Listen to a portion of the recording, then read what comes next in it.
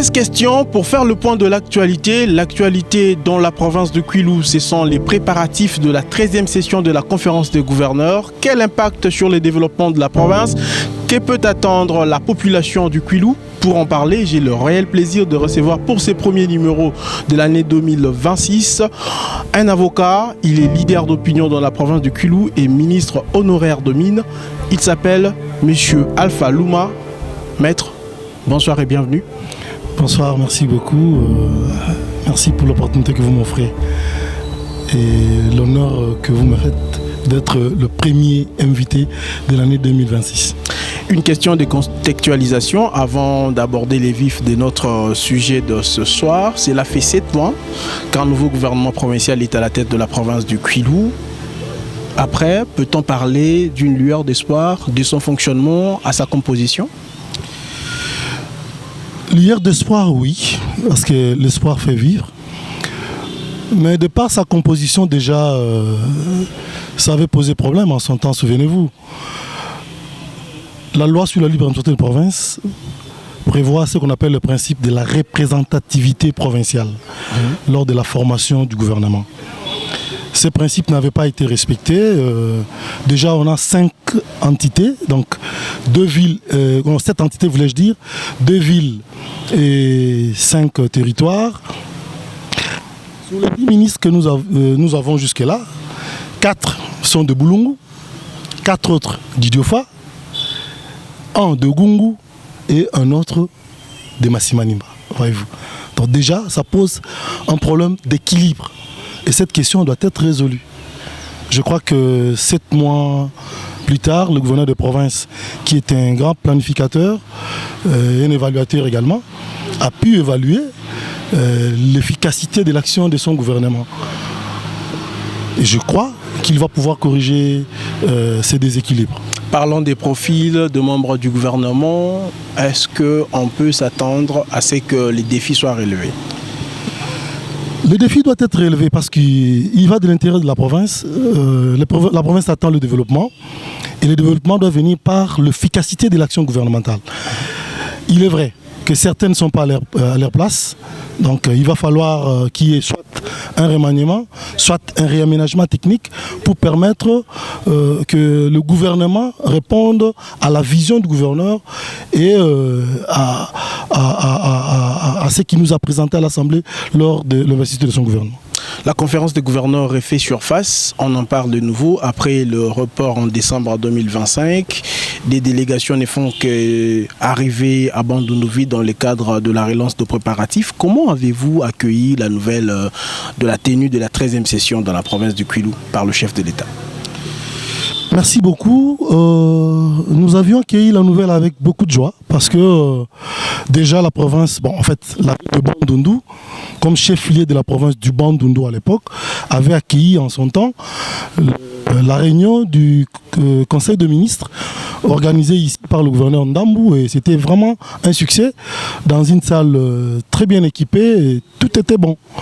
Alors nous nous sommes dit, bon oui, ça c'était la grande province de Bandundu, cette fois-là c'est le Kwilu, mais ça sera dans la même ville, la ville de Bandundu, qui est aujourd'hui également le chef-lieu de la province du Kwilu.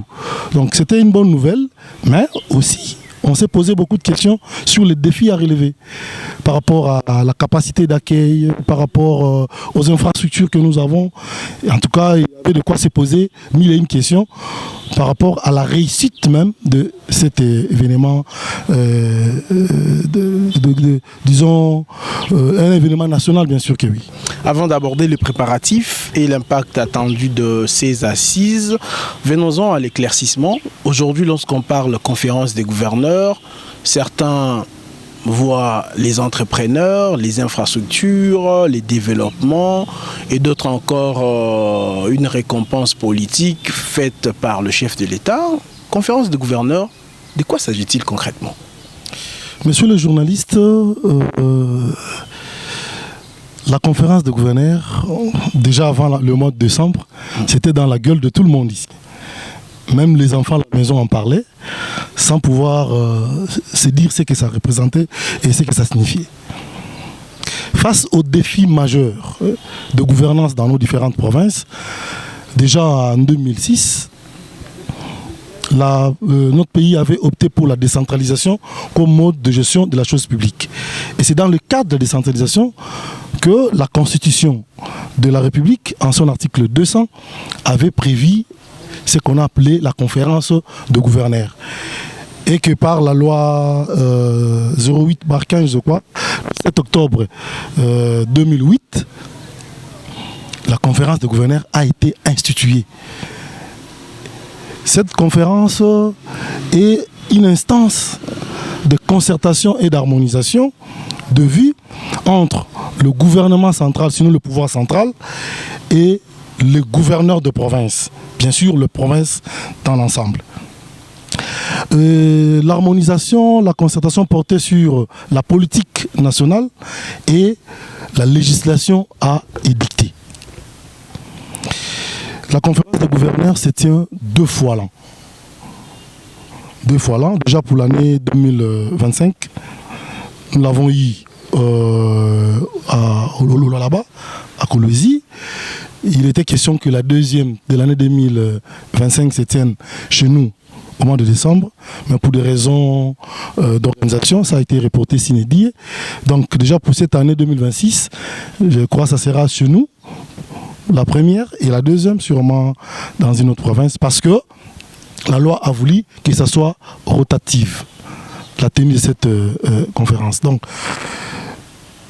la question, en fait, l'idée était celle d'arriver partout à l'arrière-pays pour permettre à ceux qui sont dans le bureau à Kinshasa de maîtriser la réalité de l'arrière-pays face aux défis de gouvernance, je l'ai dit.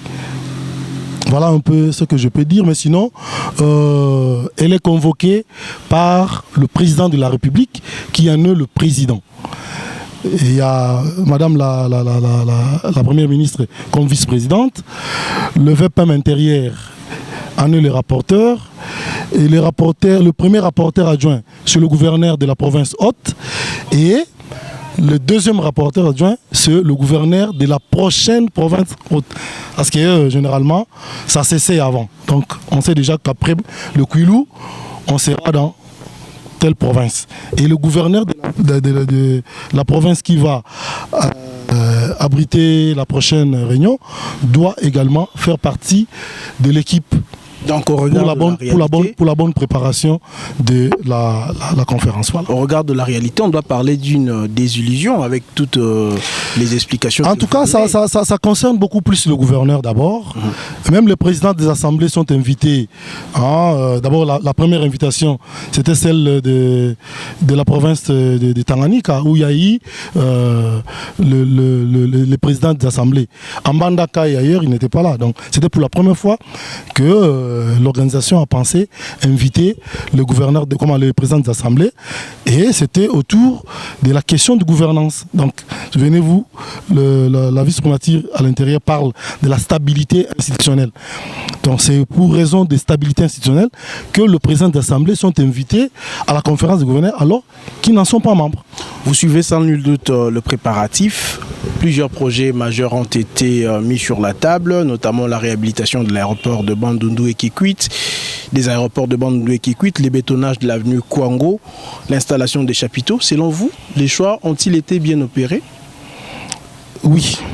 Oui, bien opérés, parce qu'aujourd'hui, avec le phénomène Mobondo sur la M17, Bandundu est mieux accessible par voie aérienne que par voie routière. Donc la réhabilitation de l'aéroport de Bandundu a été un bon choix.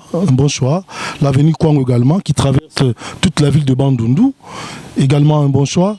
Le chapiteau, c'était par rapport au, je ne dirais pas manque d'infrastructure, mais en réalité, dans cette salle-là, il n'y a que le 26 gouverneurs, 26 présidents des assemblées. Bon, cette fois-ci, il y a au moins 4 experts, mais avant, il y en avait 3.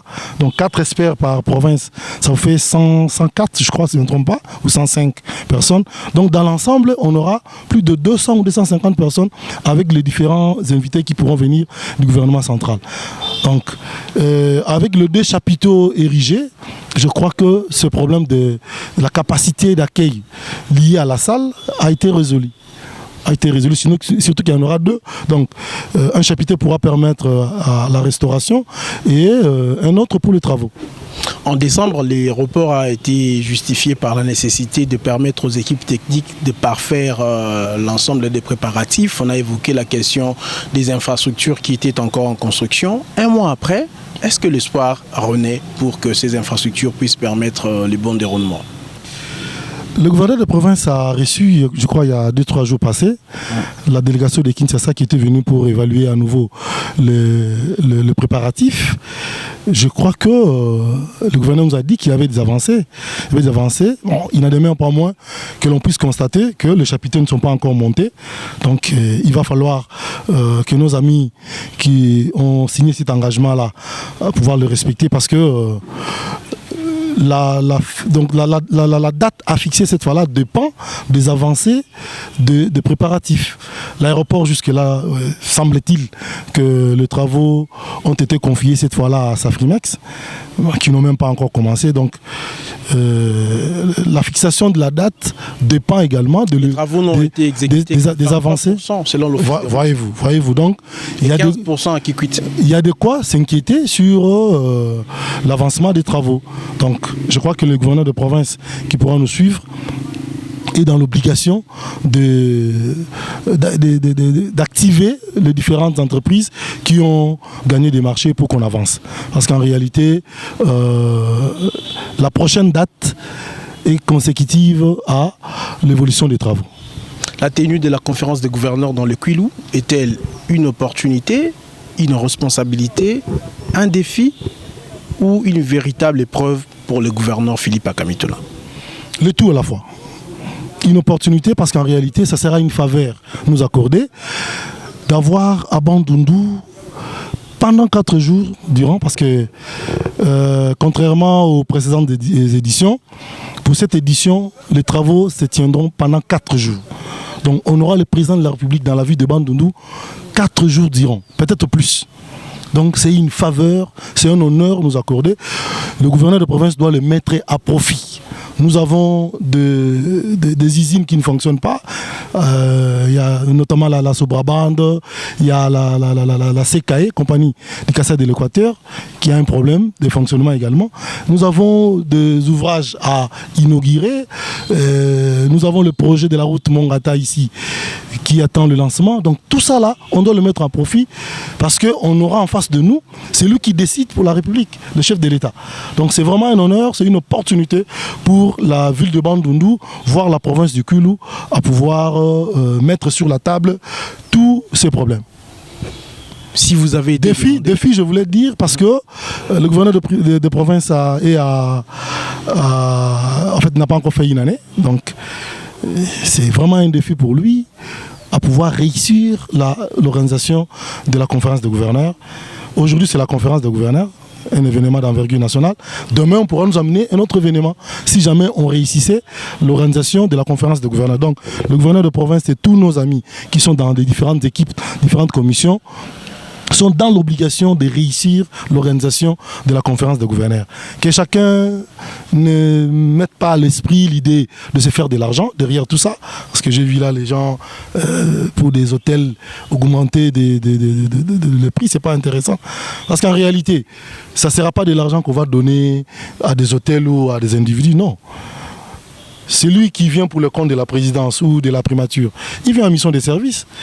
Il aura ses frais de mission, donc il va les dépenser comme il veut. Vous n'avez pas majoré les prix parce que vous pensez que ceux qui viennent de Kinshasa auront l'argent à vous donner. Non. Ce qui nous intéresse et ce qui compte, c'est d'abord la réussite de l'événement. Si on sait réussir cet événement, rassurez-vous que la ville de Bandundu, sinon la province dans l'ensemble, va encore accueillir d'autres événements du niveau national. Donc aujourd'hui c'est à Bandundu, demain ça pourra être à Kikwit, pourquoi pas. Le président de la République et les membres du gouvernement seront dans la province de Kwilu. Si vous avez été demandé de lister les attentes de la population, que direz-vous? Je l'ai dit tantôt. La ville de Bandundu d'abord a un problème d'infrastructure, ça on ne doit pas se voiler la face. On a un problème d'infrastructure, surtout routière. Lorsqu'il pleut à Bandundu, il est parfois difficile d'aller à Malébo, sinon chez Movi Erasme, là au quartier Caravane. C'est pas facile. Donc, Ça fera une quarantaine d'années pour qu'on ait un grand projet d'infrastructure routière. Là, c'est déjà bon. Nous disons grand merci au chef de l'État pour ces projets-là et au gouverneur de province qui a fait le lobbying. Il y a également le problème de la route Mongata. Ça, c'est d'abord le premier problème, le premier souci de la ville de Bandundu. Si vous posez la question à un enfant de 5-10 ans, même à un vieillard, ils vous diront que le premier besoin de la ville de Bandundu, ce sont des enclavements qui partent du village Mongata jusqu'à la ville de Bandundu. La route Mongata-Bandundu est une priorité de priorité pour le désenclavement de la ville de Bandundu, qui a beaucoup d'atouts. Nous avons déjà l'électricité, nous avons l'eau. Et si on sait ajouter la route Mongata-Bandundu, sinon la route de 316 ici, c'est tout pour nous. Ça va susciter des investissements. On a un problème d'infrastructure, des édifices publics. Vous allez dans nos administrations ici, vous trouvez que dans une division, ils ont juste un local où il y a le chef de division qui est assis, les autres sont debout. Donc il y a beaucoup de défis à relever et je crois que c'est une occasion qui nous est offerte d'avoir ici, pendant 4 bons jours, le président de la République. Donc le gouvernement de province doit tout faire pour que le séjour du président ne soit pas repos dans la ville de Bandundu. Que l'on pose tout ce que nous avons comme problème, mais également qu'on amène le président à inaugurer ce qu'il faut inaugurer, à lancer ce qu'il faut lancer comme travaux. C'est par exemple à Kikwit où la population ne cesse de demander les lancements de l'électricité produite par le barrage de Kakobo là. Ça devient un long sommeil apparemment. Bon, le barrage de Kakobo... tout s'affirme comme étant déjà prêt, on ne sait pas. Il reste jusqu'à alors... qu'une entreprise soit désignée pour la distribution, la gestion? Oui, ça sera fait. Ça sera fait avant l'arrivée du chef de l'État. Je crois que cette fois-là, ça sera le grand événement de la ville de Kikwit. Le chef de l'État va lancer le barrage de Kakobo. Là. Il y avait un problème de gestion de l'énergie, et également un problème de la capacité d'absorption. Mais je crois que les gens sont en train de souscrire et la régie des eaux, avec les travaux du projet PASEA, pourra déjà à elle seule consommer jusqu'à 1,5 mégas, je voulais dire, et ça peut permettre de résoudre ces problèmes de capacité d'absorption. Il y a eu un débat très chaud et houleux ici dans la province du Kwilu à l'annonce de la conférence des gouverneurs sur la capacité d'accueil de la ville de Bandundu et celle de Kikwit. Selon vous, le problème est-il bien posé et comment faut-il gérer les tensions entre les deux villes? Ce sont des villes jumelles. Nous avons eu la chance, lors du découpage en 2015, d'être parmi les rares provinces découpées qui avaient 2 villes viables. Nos amis qui sont allés à Inongo, ce n'était pas facile. Ceux qui sont allés également à Kenge, en tout cas, ils avaient du mal à travailler parce qu'il n'y avait rien. Mais au moment où nous, dans le Kwilu, on avait 2 grandes villes où il y avait quand même d'infrastructures pour qu'une administration provinciale puisse travailler. C'est un motif de fierté et non de guéguerre entre nous, non. Tant à Kikwit qu'à Bandundu, la tenue de la conférence des gouverneurs ne devait pas poser problème et ça ne devait pas être sujet à polémique, non.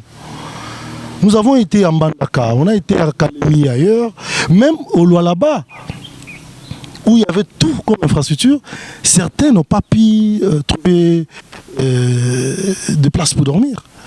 Vous allez vous en douter. Donc le problème de logement va toujours se poser dès lors que ça sera toute la République, soit à Bandundu, soit à Kikwit. Mais cette fois-là, ça a été décidé, ça sera au chef-lieu de la province qui... Bon, il est vrai qu'il y a un problème d'infrastructure hôtelière et comptoir, mais avec le peu que nous avons ici, si on sait être organisé, on pourra résoudre le problème. J'ai vu le gouverneur de province acheter des matelas. À Mandaka, nous, on a dormi dans des églises, des réveils et des salles de classe. Donc ça veut dire que ce n'est toujours pas facile. L'important, c'est que ceux qui sont invités, ceux qui sont concernés par la conférence soient logés. Nos amis qui viendront de la présidence, de la primature, donc tous nos invités de Kinshasa, Et d'ailleurs, donc c'est-à-dire le gouverneur de province, le président des assemblées, les experts, tous ceux qui sont d'abord concernés et les invités de marque. Parce que qui invite? C'est le président de la République qui convoque la conférence des gouverneurs. Donc les invités du président doivent être bien servis d'abord. Donc pour les quelques infrastructures que nous avons, que l'on serve d'abord ceux qui viendront d'ailleurs et ceux qui sont concernés par la conférence. Le reste, ceux qui viennent, nos amis les communicateurs de ceci, communicateurs de cela, c'est là on va trouver les différents endroits pour les loger. Mais d'abord, qu'on privilégie les invités des marques et les concernés par la conférence des gouverneurs. Sur les As Télévision, les chargés des missions du chef de l'État dans la zone Grand Ouest avaient affirmé qu'il existait une masse demande des fonds liés à l'organisation de la conférence des gouverneurs au Kwilu. S'agit-il des intérêts en jeu ou d'un problème simple d'organisation? Les intérêts en jeu, je ne pense pas trop. Je ne sais pas affirmer des choses que je ne maîtrise pas bien. Mais je voudrais ici dire qu'il s'agit d'un problème d'organisation. Un problème d'organisation qui peut rapidement résoudre parce que ce qui compte pour tout le monde, c'est la réussite de l'événement. C'est la réussite de l'événement. Et qui convoque? C'est le président de la République. Donc, que ce soit la présence qui gère, la province, la primature ou la vice-primature à l'intérieur, moi je crois que ce qui nous intéresse, c'est la réussite de l'événement. Cet événement ne se tient pas pour la première fois chez nous. Il y en a eu il y a 6 mois à Kolwezi. Comment ça s'est passé? Qui a organisé? L'argent est passé par qui? Qu'on se réfère à ce qui a été fait il y a 6 mois, voire il y a une année à Kalemi. Donc c'est une question qui pourra être résolue et je me dis, bon, à ce niveau-là, je crois que c'est même déjà résolu. Même si les nouvelles dates ne sont pas encore officiellement fixées, que doit faire le gouvernement provincial du Kwilu pour sortir la tête haute après la tenue de ces assises? Je vous l'ai dit tantôt, que le gouverneur de province est dans l'obligation de réussir l'organisation de la conférence des gouverneurs à Bandundu-Ville. Que doit-il faire concrètement? Veiller, faire le suivi des travaux. Faire le suivi des travaux. Les chapiteaux doivent être déjà montés, les travaux à l'aéroport, on doit déjà débuter parce qu'en réalité, il ne nous reste pas assez de temps. Donc tout dépend également de suivi que le gouverneur de la province va opérer sur terrain. Donc tout le gouvernement ne doit pas, les gens ne doivent pas dormir sur leur laurier pour dire non, tout est bon, non. On doit pousser les entreprises qui ont gagné des marchés à avancer. Nos amis qui travaillent sur l'avenue Kwango doivent évoluer. Il est vrai qu'ils sont dans les bons, mais bon, qu'ils évoluent quand même parce qu'on doit avoir l'avenue Kwango ici, ne serait-ce que jusqu'au grand marché, au Bitoula là-bas, bétonné, pour permettre la fluidité du trafic. Parce que tout se fera dans la zone ici, du côté de la ville. Il y a de ceux qui vont aller vers l'IEC, parce qu'il n'y a pas que des hôtels qui ont été retenus, il y a aussi des maisons de particuliers du côté de la Monisco et consorts qui ont été retenus. Donc il faut que le trafic soit fluide. Alors le gouvernement provincial doit vraiment s'engager et continuer à faire le suivi. Dans les préparatifs, les déroulements, tout comme après les assises, quel rôle les leaders du Kwilu auront à jouer? Nous l'avons vu ailleurs. Quand on a dit qu'il y a conférence à Kalemi, où j'ai représenté le gouverneur de province, nous avons vu des grands notables du Tanganyika descendre sur terrain, veiller à l'organisation, mobiliser leurs différentes bases pour que, parce que le président ne viendra pas seulement pour la conférence, également, ça est dans le cadre de son itinérance, parler également avec la population, parler avec les notables, parler avec tout le monde. Donc il faut que nos notables qui sont à Kinshasa se joignent au gouverneur de province pour réussir la tenue de la conférence des gouverneurs. Je l'ai dit là, non? C'est la conférence des gouverneurs aujourd'hui. Demain, ça sera un autre événement d'envergure nationale qu'on pourra amener à Bandundu. Nous sommes à quelques kilomètres de Kinshasa. Si on ne sait pas l'amener à Bandundu, ça sera peut-être à Kikwit. Donc ça veut dire que le Kwilu doit réussir la tenue de la 13e session de la conférence des gouverneurs pour que prochainement, qu'elle accueille comme province un autre événement du niveau national. C'était 13 questions pour faire le point de l'actualité. L'actualité, ce sont les préparatifs de la 13e session de la conférence de gouverneurs. Eh bien, on en a parlé avec le ministre honoraire de Mines. Il est avocat et leader d'opinion dans la province du Kwilu. Maître, merci beaucoup d'être le nôtre pour ces premiers numéros de l'année 2026. Merci beaucoup, monsieur le journaliste. Je voulais profiter de votre plateau pour présenter mes vœux les meilleurs à son excellence, monsieur le gouverneur de province, à tous ceux qui nous suivent de partout, à travers les astres de la presse, et réitérer mes sincères remerciements pour m'avoir choisi comme premier invité. Ça a été un honneur pour moi d'être le premier invité du premier numéro des Astres de la presse pour l'année 2026. En tout cas, ça me va droit au cœur. Avec Merci, nous, on se retrouve très prochainement. Au revoir.